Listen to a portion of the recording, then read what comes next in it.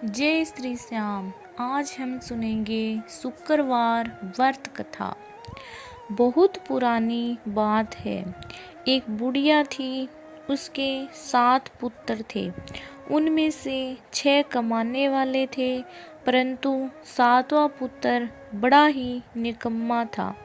बुढ़िया माँ 6 बेटों की रसोई बनाती, भोजन कराती और उन 6 के खाने से जो कुछ भी बचता वह 7वें बेटे बिरजू को दे देती थी। लेकिन वह इतना सीधा और भोला था कि माँ से कभी इस बात का गिला शिकवा नहीं करता था। एक दिन बिरजू अपनी बहू से बोला, देखो मेरी माँ मुझे कितना प्यार करती है, तुम्हारी माँ तुम्हें कितना प्यार करती है ये मैं भी जानती हूँ। घर का बचा खुचा जूठन जो तुम्हें खिलाती है, ऐसा नहीं हो सकता। जब तक मैं अपनी आँखों से देख न लूँ मैं मान नहीं सकता। बहू ने हंसकर कहा, तुम देख लोगे तब तो मानोगे। हाँ, उस दिन पत्नी चुप रह गई। कुछ दिन बाद बड़ा त्योहार आया। घर में तमाम तरह के भोजन और चूरमे के लड्डू बने। तभी बिरजू ने सोचा वह सिर दर्द का बहाना बनाकर रसोई में जाकर पत्नी की बात की जांच करेगा, और उसने वैसा ही किया। वह सर ढककर रसोई में जाकर सो गया, मगर पतले कपड़े से रसोई का सारा नज़ारा देखने लगा। भोजन के समय सभी भाई भोजन करने आए। उसने देखा कि माँ ने उनके लिए सुंदर सुंदर आसन बिछाए और सभी प्रकार की रसोई परोसी। ले बेटा, एक पूरी और खा ली। अरे मोहन, ये गाजर का हलवा खा ले। आया तू जवान होकर एक लड्डू खाकर रह गया। मैं तेरी उम्र में 10-10 लड्डू खा जाया करती थी। माँ बड़े अनून्य आग्रह से भाइयों को रसोई खिला रही थी। बिरजू सारा नज़ारा देखता रहा। जब 6 भाई खाकर चले गए तो उनकी जूठी थालियों में से लड्डुओं के टुकड़े को उठाया और एक लड्डू बनाया। जूठन साफ कर बुढ़िया माँ ने पुकारा, बेटा बिरजू उठ, 6 भाई भोजन कर गए, अब तू ही बाकी है, उठ ना, कब खाएगा। बिरजू ये सारा तमाशा देख मन ही मन माँ से कूद कर बोला, माँ मुझे भोजन नहीं करना, मैं परदेश जा रहा हूँ। क्यों ऐठ दिखा रहा है? वह बोली, कल जाता है सो आज ही चला जा। हाँ हाँ, मैं अभी जा रहा हूँ। कहने के साथ ही वह घर से बाहर निकल गया। कुछ दूर चलने पर बहू की याद आई। वह गौशाला में उपले थाप रही थी। वहीं जाकर बोला, हम जावे परदेश को, आवेंगे कुछ काल, तुम रहियो संतोष से, धर्म आपनो पाल। जाओ पिया आनंद से। वह बोली, हमरी सोच हटाए, राम भरोसे हम रहे, ईश्वर तुम्हें सहाय। देव निशानी आपनी, देख धरू में धीर, सुधि हमरी मति, विसारियो रखियो मन गंभीर। मेरे पास तो कुछ नहीं है। वह बोला, ये अंगूठी है सो ले लो और अपनी कुछ निशानी मुझे दे दो। मेरे पास क्या है? वह बोली, यह गोबर भरा हाथ है। कहने के साथ ही उसने बिरजू की पीठ पर गोबर के हाथ की थाप मार दी और फिर वह आगे बढ़ गया। चलते चलते वह दूर देश में जा पहुंचा। नगर की आबादी देखकर एक दुकानदार सेठ के पास जाकर बोला, भाई मुझे नौकरी पर रख लो, साहूकार को ज़रूरत थी। बोला, ठीक है काम करो, पगार क्या होगी, काम देखकर पगार दूंगा। और फिर साहूकार की नौकरी मिल गई। वह बड़ी मेहनत से नौकरी करने लगा। कुछ दिनों में दुकान का सारा लेन देन, ग्राहकों को माल बेचना, सारा काम करने लगा। साहूकार के 7-8 नौकर थे, वे सब चक्कर खाने लगे कि ये तो बहुत होशियार बन गया है। सेठ ने भी काम देखा और 3 महीने में उसे आधे मुनाफे का साझेदार बना दिया। वह 12 वर्ष में ही नामी सेठ बन गया और मालिक सारा कारोबार उस पर छोड़कर बाहर चला गया। उधर बहू पर क्या बीती सो सुनो। सास ससुर बिरजू की पत्नी सत्यवती को दुख देने लगे। सारी गृहस्थी का काम करके उसे लकड़ी लेने जंगल में भेजते। इसी बीच घर की रोटियों के आटे से जो भूसी निकलती उसकी रोटी बनाकर रख दी जाती। फूटे नारियल के नरेले में पानी। इस तरह दिन बीतते रहे। एक दिन वह लकड़ी लेने जा रही थी कि रास्ते में बहुत सी स्त्रियां संतोषी माँ का व्रत करती दिखाई दी। वह वहाँ खड़ी होकर कथा सुनकर बोली, बहनों, ये तुम किस देवता का व्रत करती हो और इसके करने से क्या फल मिलता है? इस व्रत के करने की क्या विधि है? यदि तुम अपने इस व्रत का विधान मुझे समझाकर कहोगी तो मैं तुम्हारा बड़ा ही एहसान मानूंगी। तब उनमें से एक स्त्री बोली, सुनो, ये संतोषी माता का व्रत है। इसके करने से निर्धनता, दरिद्रता का नाश होता है, लक्ष्मी आती है, मन की चिंताएं दूर होती है, घर में सुख होने से मन को प्रसन्नता और शांति मिलती है, निपुत्र को पुत्र मिलता है, प्रीतम बाहर गया हो तो जल्दी जल्दी आ जावे, कंवारी कन्या को मनपसंद वर मिले, राज दरबार में मुकदमा चल रहा हो तो खत्म हो जावे, सब तरह की सुख शांति हो, घर में धन जमा हो, पैसा जायदाद का लाभ हो, रोग दूर हो जाए और जो कुछ मन में कामना हो वह संतोषी माता की कृपा से पूरी हो जाती है। ये व्रत कैसे किया जाता है ये भी बताओ तो बड़ी कृपा होगी। वह पूछने लगी। 1.25 रुपये का गुड़ चना लेना। वह स्त्रियां कहने लगी, इच्छा हो तो 5.25 रुपये का लेना, इच्छा के अनुसार सवाए लेना। माता भक्ति से प्रसन्न होती है। हर शुक्रवार को निराहार रहकर कथा कहना सुनना, इसके बीच कर्म टूटे नहीं।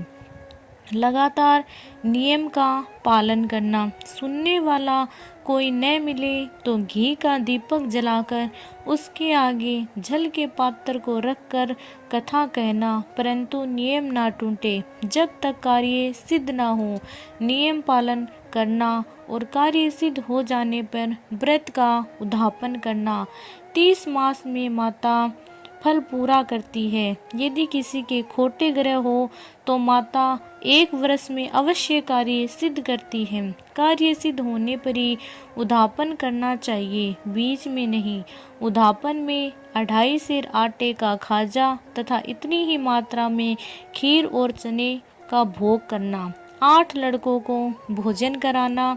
जहाँ तक हो लड़के भाई बहन जेठ जेठानी अपने ही कुटुंब के हो, न मिले तो पड़ोसियों के लड़के बुलाना, उन्हें भोजन कराना, यथाशक्ति दक्षिणा देना, माता का नियम पूरा करना। उस दिन घर में कोई खटाई ना खाए। इतना सुनकर सत्यवती चल दी। रास्ते में लकड़ी के बोझ को बेच दिया और उन पैसों से गुड़ चना ले माता के व्रत की तैयारी कर आगे चली और सामने मंदिर देखकर पूछने लगी, ये किसका मंदिर है?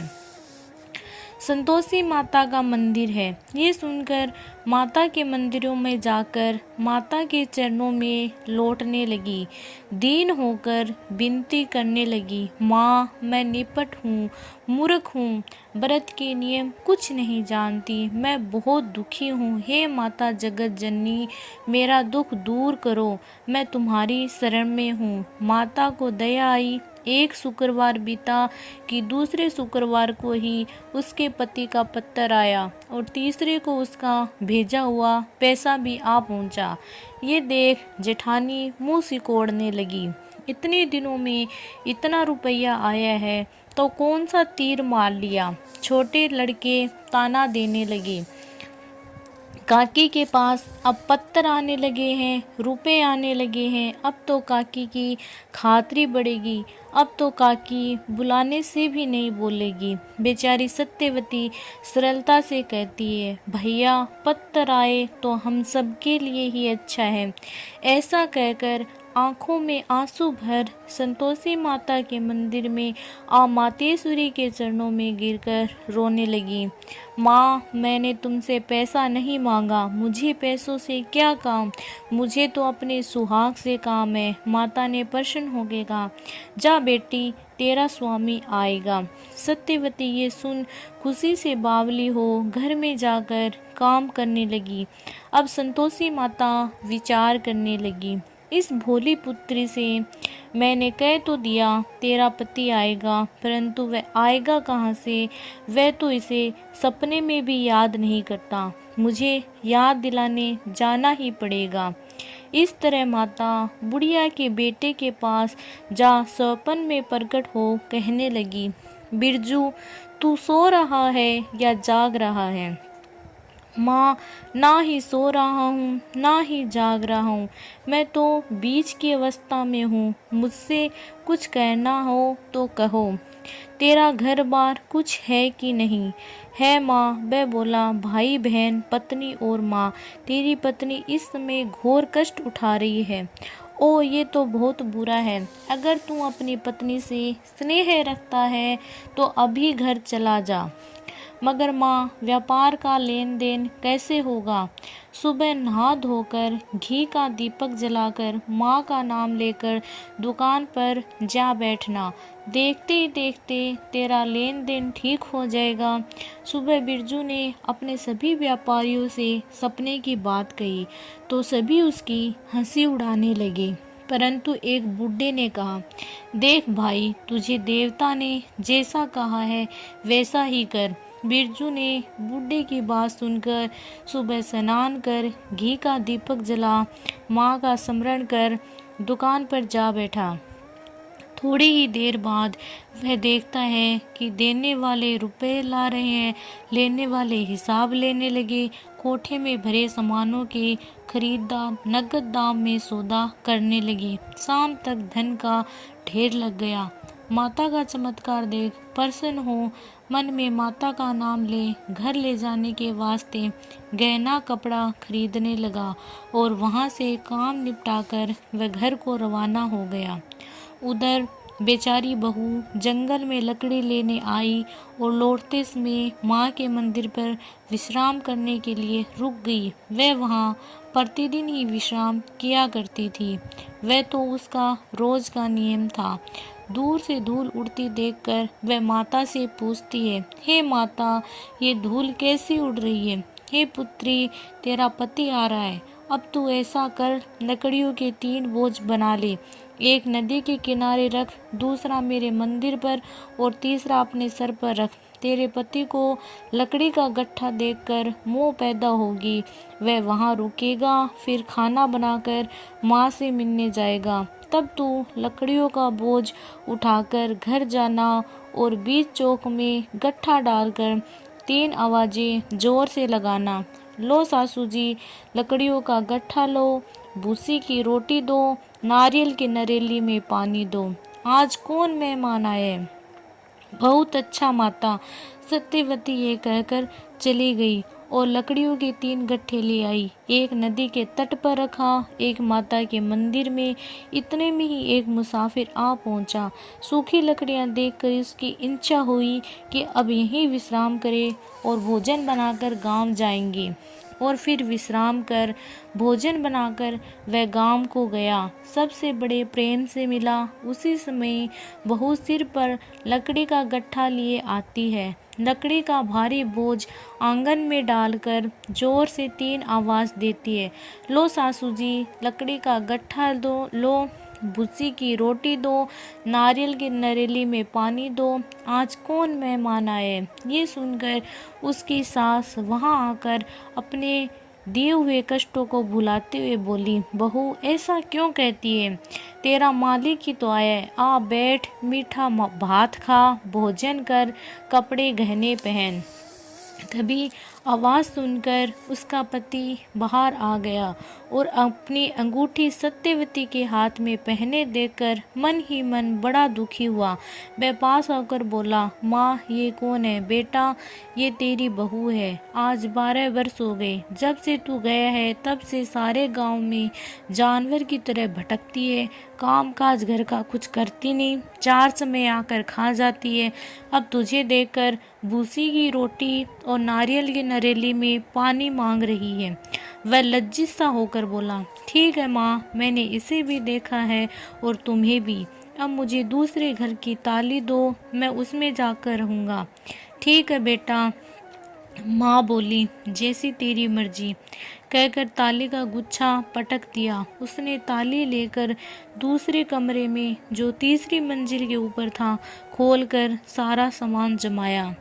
एक ही दिन में वहाँ राजा के महल जैसा ठाठ बाट बन गया। अब क्या था, वे दोनों सुखपूर्वक रहने लगे। तभी अगला शुक्रवार भी आ गया। सत्यवती ने पत्नी से कहा, मुझे माता का उद्यापन करना है। बहुत अच्छा, खुशी से करो। सत्यवती तुरंत ही उद्यापन की तैयारियां करने लगी। जेठ के लड़कों को भोजन के लिए कहने गई। उसने मंजूर किया, परंतु पीछे से जेठानी अपने बच्चों को सिखा देती है, देखो रे, भोजन के समय सब लोग खटाई मांगना, जिससे कि उसका उद्यापन पूरा ना हो। लड़के जीमने आए, खीर पेट भरकर खा ली, परंतु याद आते ही कहने लगे, हमें कुछ खटाई दो, खीर खाना हमें नहीं भाता, देखकर अरुचि होती है, खटाई किसी को नहीं दी जाएगी। सत्यवती बोली, ये संतोषी माता का प्रसाद है। लड़के उठ खड़े हुए, फिर बोले, अच्छा चाची, हमें पैसे दे दो। बोली बहू कुछ नहीं जानती थी, सो उन्हें पैसे दे दिए। लड़के उसी समय जाकर इमली लेकर खाने लगे। ये देखकर बहू पर माताजी ने कोप किया। राजा के दूत उसके पति को पकड़कर ले गए। जेठ जेठानी मनमाने खोटे वचन कहने लगी। लूट लूट कर धन इकट्ठा कर लाया था जो राजा के दूत पकड़कर ले गए। अब सब मालूम पड़ जाएगा जब जेल की हवा खाएगा। बहू को ये वचन सहन नहीं हुए। रोती हुई माता के मंदिर में जा पहुंची और बिनती भरे स्वर में बोली, हे माता, तुमने ये क्या किया। मुझे लड़कों ने भूल में डाल दिया, मैंने भूल से उन्हें पैसे दे दिए, मुझे क्षमा कर दो। ऐसी भी कभी भूल होती है क्या। माँ बोली, माँ मुझे माफ़ कर दो, मैं फिर तुम्हारा उद्यापन करूँगी, अब भूल मत करना। अब भूल नहीं होगी। सत्यवती बोली, अब ये बताओ मेरे पति कैसे घर आएंगे। जा पति, तेरा पति तुझे रास्ते में आता मिलेगा। माँ की बात सुनकर वह घर को चल दी। राह में पति आता दिखाई दिया। पास आने के बाद वह बोली, तुम कहाँ गए थे। इतना धन कमाया था, राजा ने उसका टैक्स मांगा था, वह भरने के लिए गया था। भला हुआ। वह खुश होकर बोली, अब घर चलो। कुछ दिनों बाद शुक्रवार आया। वह बोली, मुझे माता का उद्यापन करना है, शौक से करो। वह फिर से जेठ के लड़कों को भोजन को कहने गई। जेठानी ने तो एक दो बातें सुनाई और लड़कों को सिखा दिया कि तुम पहले की तरह खटाई मांगना। वो लड़के कहने लगे, हमें खीर खाना नहीं भाता, जी बिगड़ता है, कुछ खटाई खाने को दो। खटाई खाने को नहीं मिलेगी, आना है तो आओ, वरना तुम्हारी मर्जी। और फिर वह ब्राह्मण के लड़कों को लाकर भोजन कराने लगी। यथाशक्ति दक्षिणा की जगह एक एक फल उन्हें दिया। इससे संतोषी माता प्रसन्न हुई। माता की कृपा होते ही 9वें मास उसको चंद्रमा के समान सुंदर पुत्र प्राप्त हुआ। पुत्र को लेकर वह प्रतिदिन माता जी के मंदिर में जाने लगी। माँ ने सोचा ये रोज आती है, आज क्यों न मैं भी इसके घर चलूं, इसका आसरा देखूं तो सही। ये विचार कर माता ने भयानक रूप बनाया। गुड़ और चने से सना मुख, ऊपर सूंड के समान होठ, उस पर मक्खियाँ भिन भिनाती हुई। दहलीज में पांव रखते ही उसकी सांस चिल्लाई, देखो रे, कोई चुड़ैल डाकिनी चली आ रही है, लड़कों इसे भगाओ, नहीं तो ये किसी को खा जाएगी। लड़के डरने लगे और चिल्लाकर खिड़की बंद करने लगे। बहू रोशनदान में से देख रही थी, प्रसन्नता से पागल हो चिल्लाने लगी, आज मेरी माता मेरे घर आई है। ये कहकर उसने दूध पिलाते हुए बच्चे को हटा दिया। ये देखकर सास का क्रोध उबल गया। अरे कल मुही कैसी उतावली हुई है जो बच्चे को पटक दिया। इतने में माँ के प्रताप से जहाँ देखो वहाँ लड़के ही लड़के नजर आने लगे। वह बोली, माँ जी, मैं जिनका व्रत करती हूँ ये वही संतोषी माता है। कहने के साथ ही वह झट से घर के सारे किवाड़ खोल दिए। सबने माता के चरण पकड़ लिए और विनती करने लगे, हे माता, हम मूर्ख हैं, हम अज्ञानी हैं, पापी हैं, तुम्हारे व्रत की विधि हम नहीं जानते, तुम्हारा व्रत भंग करके हमने बहुत बड़ा अपराध किया है। हे माता, तुम हमारा अपराध क्षमा करो। इस प्रकार माता प्रसन्न हुई। माता ने बहू को जैसा फल दिया वैसा सबको दे, जो पढ़े उसका मनोरथ पूर्ण हो। सारे प्रेम से बोलो, जय संतोषी मैया।